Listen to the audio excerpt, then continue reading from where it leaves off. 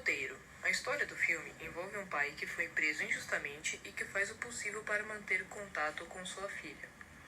Além do amor entre os dois, o longa mostra a força da amizade e toda a aventura para tentar salvar um inocente da prisão. O diretor do filme se chama Mehmet Ada Öztekin.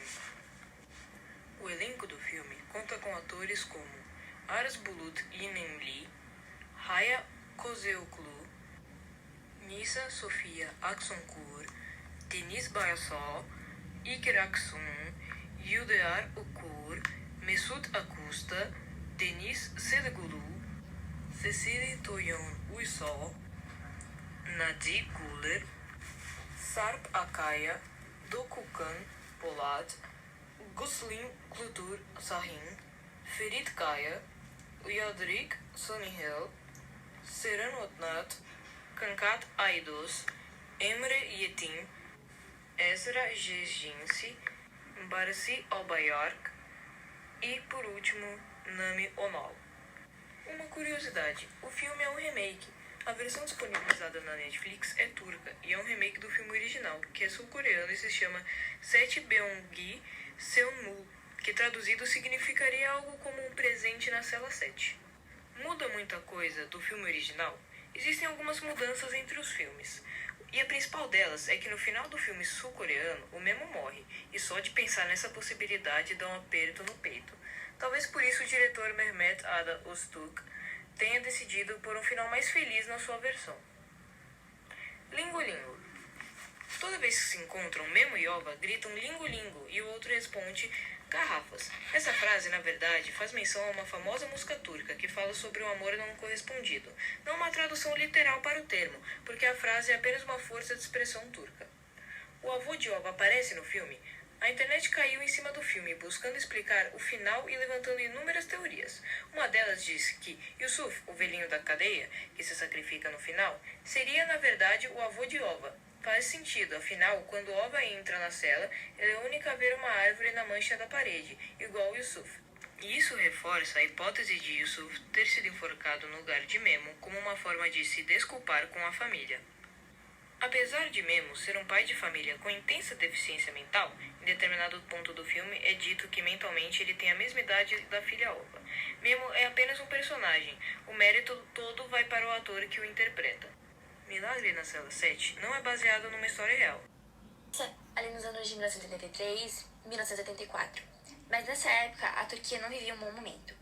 Em 1980, houve um golpe de Estado liderado por Kennedy Evren, e todos os partidos foram dissolvidos. Os militares tiveram poder aumentado e a população foi governada pelas Forças Armadas da Turquia, ditadura, por meio de um Conselho de Segurança Nacional, isso até 1983, quando finalmente essa ditadura acaba.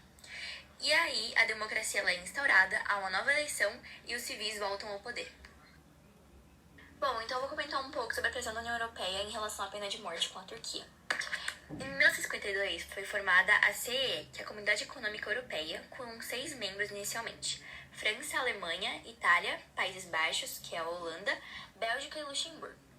Em 1991, esse grupo se tornaria a União Europeia.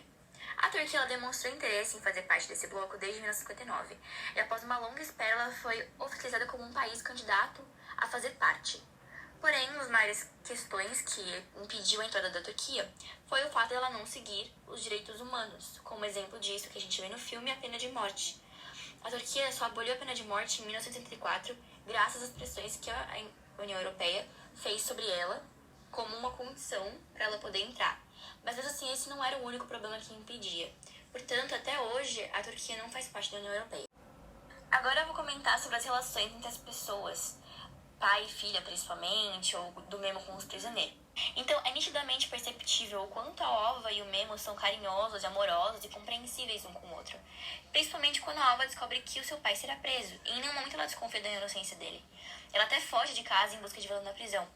E o reencontro deles é emocionante. A Ova, ela acaba conversando com vários prisioneiros e acaba encantando eles com essa inocência de criança, com esse charme também da relação com o pai dela. Então, a relação dela com os prisioneiros acaba sendo muito legal também.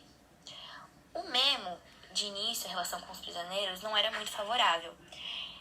Ele acabava sendo espancado e humilhado pelos colegas de cela, mas após ele salvar a vida do líder da cela e ele ter um breve convívio com esses prisioneiros, eles percebem que o Memo não seria capaz de cometer um crime como ele estava sendo acusado de matar uma criança. Porque o Memo, ele era uma pessoa muito pura, ele passava uma energia muito calma, ele não tinha uma má índole. Então eles começaram a suspeitar de que o Memo realmente não seria culpado pelo crime que ele estava sendo acusado. Após ele realmente ser comprovado que ele não era culpado por meio de uma testemunha que acaba sendo assassinada ao falar com o coronel, eles fazem um plano junto de militares para salvar a vida do Memo. O que leva ao final do filme, em que um dos prisioneiros que já não via propósito na vida se sacrifica por Memo com o auxílio de alguns militares que sabiam da sua inocência. Então ele acaba indo no lugar do Memo na hora de ser enforcado, e aí o Memo e a Ova fogem no final do filme para um lugar onde eles possam ficar seguros.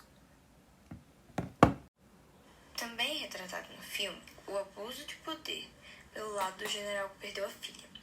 Como ele usa esse poder, essa potência militar, para realizar o que ele considera ser a justiça. Mesmo quando ele é provado errado, ele faz o possível para que a situação não vá à tona e Memo seja morto. Mas ele já sabe que Memo é inocente. Também é possível ver isso pela maneira que as pessoas no presídio se referem a ele, a esse general, e como Memo é tratado por ser um prisioneiro dele. Além disso, o filme traz à tona um tópico muito importante, que é o direito ao julgamento justo e imparcial, que está inclusive presente na Declaração Universal dos Direitos Humanos da ONU. Esse direito, ele é o núcleo do artigo 10 dessa declaração, que diz o seguinte: toda pessoa tem direito, em plena igualdade, a que sua causa seja equitativa e publicamente julgada por um tribunal independente e imparcial que decida por seus direitos e obrigações, ou das razões de qualquer acusação em matéria penal que contra ela seja deduzida. Bem, além do artigo 10, outros, como o 11, o 7 e o 8, também comentam sobre isso. Claramente, não é o que acontece no filme. Memo é acusado sem provas de um crime que não cometeu, é forçado a uma confissão, é condenado e punido por esse crime e privado do direito de ter uma testemunha. Outra coisa que também vai contra a Declaração Universal dos Direitos Humanos é a pena que Memo é condenado. Na época representada, a Turquia ainda possuía a pena de morte. Como mostrado bem no início do filme, na cena com a Ova adulta, o país aboliu essa pena em 2004 e teve essa última execução realizada em 1984. Mesmo que o país tenha feito discussões recentes sobre voltar ou não, a decisão se mantém. Então, Turquia continua sem pena de morte. Outros países, porém, possuem a pena de morte atualmente. Esse é o caso de 55 países, sendo que 9 deles a utilizam somente em casos mais graves, e 23 deles não a executavam há pelo menos 10 anos. Desses países, os que mais executam pessoas são a China, o Irã, a Arábia Saudita, o Egito e os Estados Unidos. O filme aborda, logo no início, o preconceito contra pessoas com deficiência, nesse caso, a intelectual. Uma das formas apresentadas é o capacitismo. Várias vezes as pessoas falavam que o Memo não podia, não conseguia ou não entendia algumas coisas, o que acabava excluindo ele de certas situações. Memo sofria muito bullying pela sua forma infantil de agir, inclusive das crianças que estavam com Ova. Elas o chamavam de idiota, de maluco.